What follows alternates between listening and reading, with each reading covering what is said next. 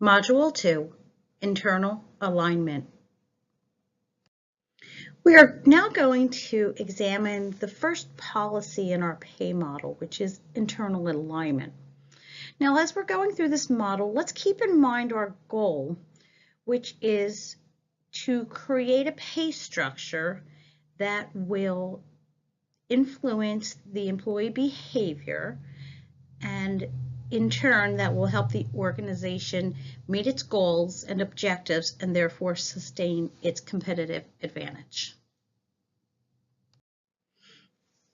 Chapter 3 begins with a parable from the Bible that tells a story of a landowner who pays all of his laborers the same amount, even though they've worked different lengths of time. Some labored in the hot sun, some showed up at the very last hour of work, but however long they worked, they were all given the same amount. So the laborers complained to the landowner about how unfairly they felt this to be.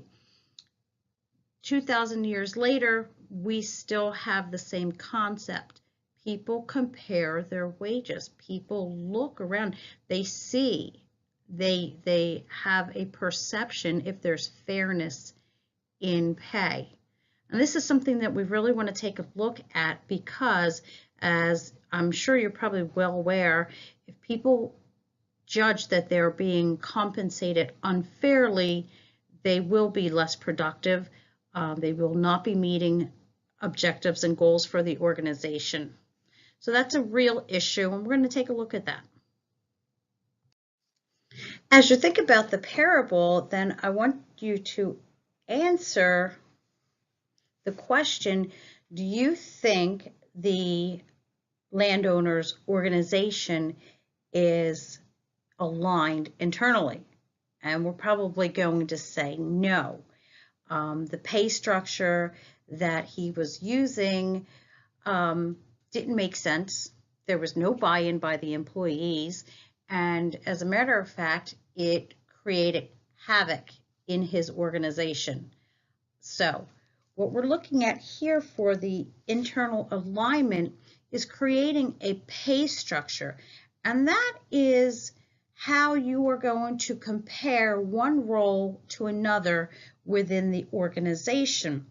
So what we look at are two pieces of criteria. We have the job content, which that talks about the skills, the tasks that the person needs to do, the amount of problem solving, the responsibilities tied to that position. Then we're also looking at the job value, and that is how much value that role plays in an organization. Now, a good way to think about this is in a hospital setting, you have a cashier that is in the cafeteria. Well, a very good job and a very valuable job. If you need to, purchase your lunch, fine. But now when you compare that to the surgeon in the hospital, which role meets the needs of the organization more? Which one puts more value? So you can see that when you look at the value of an organization, it's how well this person, this role plays in the organization. Now take that same cashier and put her in a supermarket. Now, a supermarket, one of the main roles is a cashier. Cashier is right up front. They have a lot of interaction with the key stakeholders, which are the customers. So an organization such as a supermarket would really value that employee, and the value of that role of cashier would be much higher. So value can be further examined by the use value, which is the value of goods and services an employee produces, and the exchange value, and that is the labor cost in a competitive market, or simply what the workers are willing to work for. For instance, labor is much cheaper overseas or in a saturated market. So the exchange value would be much lower in these instances. So when you're comparing, let's say, maybe customer service, a lot of organizations outsource that to different parts of the world. Well, because labor is much cheaper. Say, we have a lot of call centers in India because labor is cheaper. The role that someone in the United States plays for the organization and somebody in India plays, it's the same role, it's the same use value. However, the exchange value is going to be different because of the geographical region. So here we see two different types of processes that we can use when we're trying to value a job. So you can either look at the job-based criteria or the person-based criteria. Now, chapters 5 and 6 dive deeper into these two topics. Pay structures can be person-based, where they take the knowledge, skills, and abilities, or the KSAs, required to do the job, and that is the basis for the pay rates, or the job-based. Here, the focus would be on the content of the work, the working conditions, the responsibilities. Now, in reality, both structures lead to a robust picture of the role and the value to the organization. And this is really necessary. You want a full picture. You want to be able to say without any doubt that this role is valuable because of X.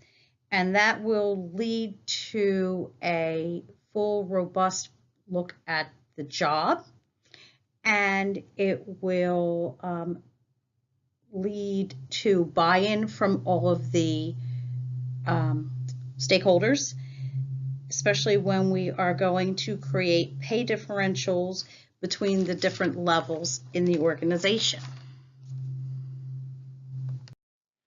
Our authors discuss some theory behind compensation and the effects of pay structures on the employees and the organization.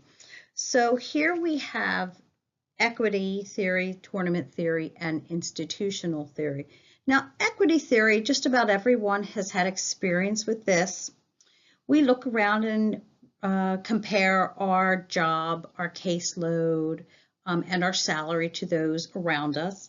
When I was an elementary school teacher, I often marveled at the caseload of the gym teachers. Now, don't want to say anything bad about gym teachers, but now as an elementary teacher, I had to prepare for, teach, and grade 5 different classes per day, and the gym teacher was playing kickball all day.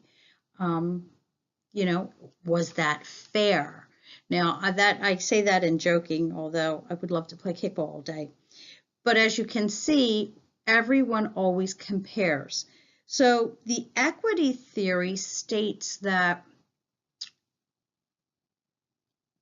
your employees will be more productive when they perceive that there is fair and equitable pay. Now, the tournament theory, this one is interesting, and this discusses how motivation is affected by the differentials in levels, meaning the pay levels, the differences in pay. So if the differentials are greater with less levels, employees will work harder to achieve this next status or to get up to the next higher pay level. So that is one way to motivate your employees to not only meet goals, but to work harder and strive to achieve the next level. And then the institutional theory, that states that organizations wait for the next big trend and copy and conform to that model. You know, what's the best practice out there in all the magazines? What is highlighted on the nightly news? This is often the safest way to go, as it is, the norm, but it does not make the organization stand out, and therefore does not achieve competitive advantage. And again, that is one of our goals.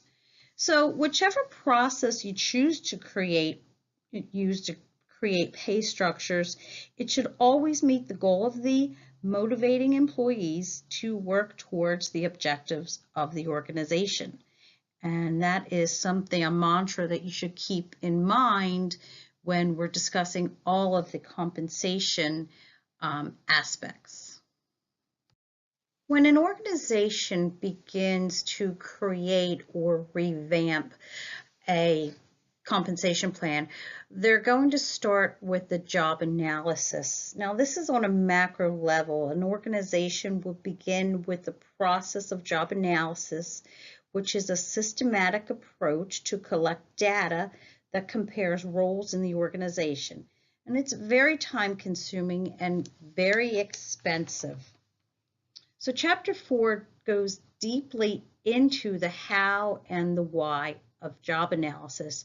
And this includes collecting both quantitative and qualitative data, because you want a very robust picture of each role in the organization. Now, in order for this to be effective, the measuring and the process that the jobs are analyzed must be reliable. They must have buy-in from the top down. The managers and the employees must accept these methods. And one very important thing I want to state here is, the whole process has to be reliable, but most importantly, an organization must be prepared when they start this process, when they announce to the employees and the managers to get their buy-in, they have to be prepared that when they get this data, no matter what the analysis reveals, the organization must be prepared to make decisions on the data. And what I mean by that is, if the analysis reveals that the organization is paying way under market, they have to be prepared to increase the compensation or risk losing their workforce. So I guess it's always be careful what you wish for. Have a plan before you start.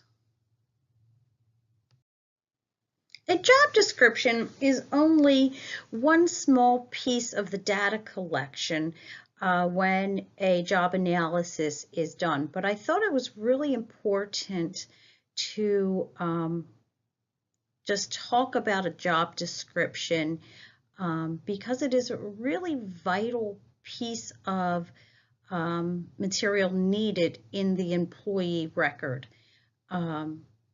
Whether you're in compensation or a generalist or a director, whatever role you play in HR, it's really important to understand how important a job description is. And so some of the key items here are, of course, the job title, the summary of duties, the qualifications, and many of that you see on a job advertisement. The internal relationships, who this person reports to, do they have any people that they oversee. But the most important item on a job description is the essential functions of the role. And that is important because of the Americans with Disabilities Act. So what you need to really understand with the essential functions of the job is can that essential function be done by someone else if someone is disabled? Or is it something that they can do with or without an accommodation? If you say no, that an essential function has to be what they have to do for that job. So I point this out because a job description is really super important. It can land an organization into a lot of hot water. So I think I've made my point with job descriptions. And just as an aside, for my job right now, I'm going through and rewriting every single job description, and it's a big undertaking. Okay, I've climbed down off my soapbox, and now we're going to look at the next step in creating the internal structure is to evaluate the jobs relative to each other. So job evaluation is part of the process for creating an internally aligned pay structure.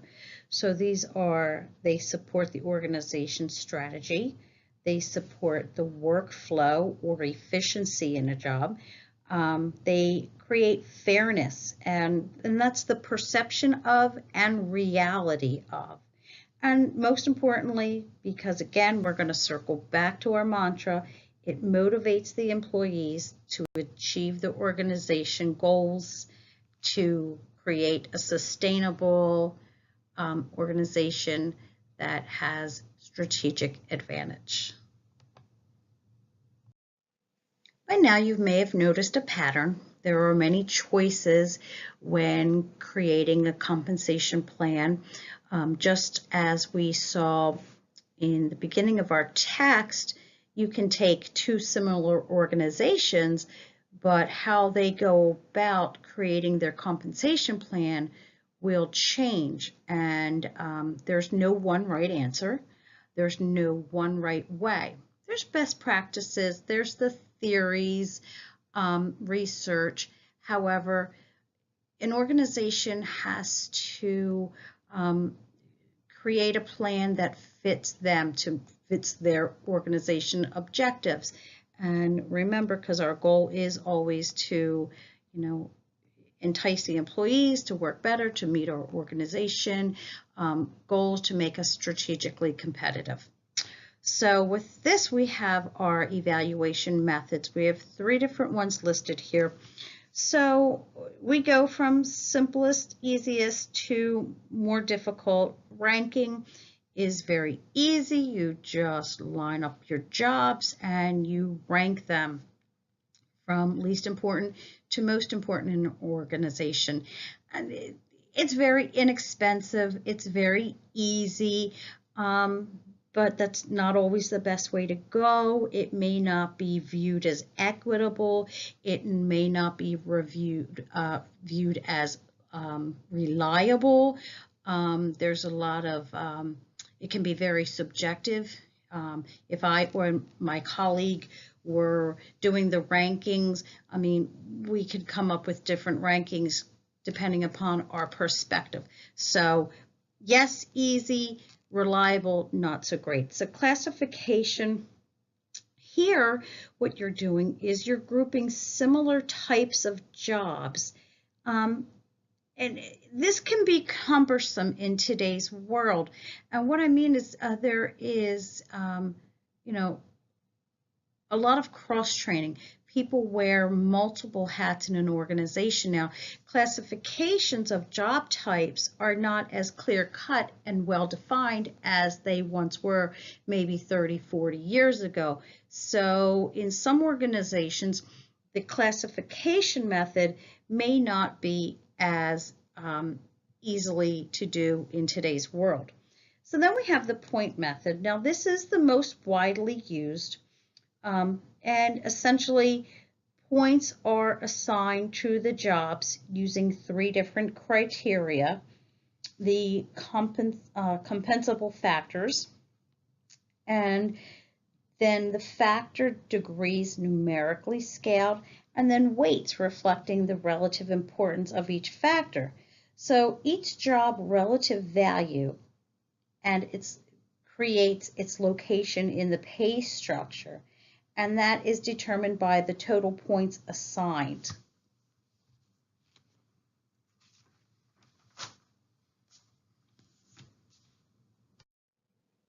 Our authors included the Hay Group as an example of a really valuable evaluation tool. So this, the Hay Group method is very widely known. It is very popular in the United States and in Europe. And this is a strategic model to use to evaluate and compare roles in an organization. What's really special about this model is this methodology is equitable and is perceived as fair. And that is really important because it leads to buy-in of many of your stakeholders, including leadership, managers, and employees. So in conclusion, we have to state that pay matters. How the organization places values on the job matters. The buy-in matters. The optics matter. The perceptions matter. When creating a compensation structure, you have to be extremely careful with the processes that you choose and make sure that each step is perceived as equitable, as fair, and as a reliable method.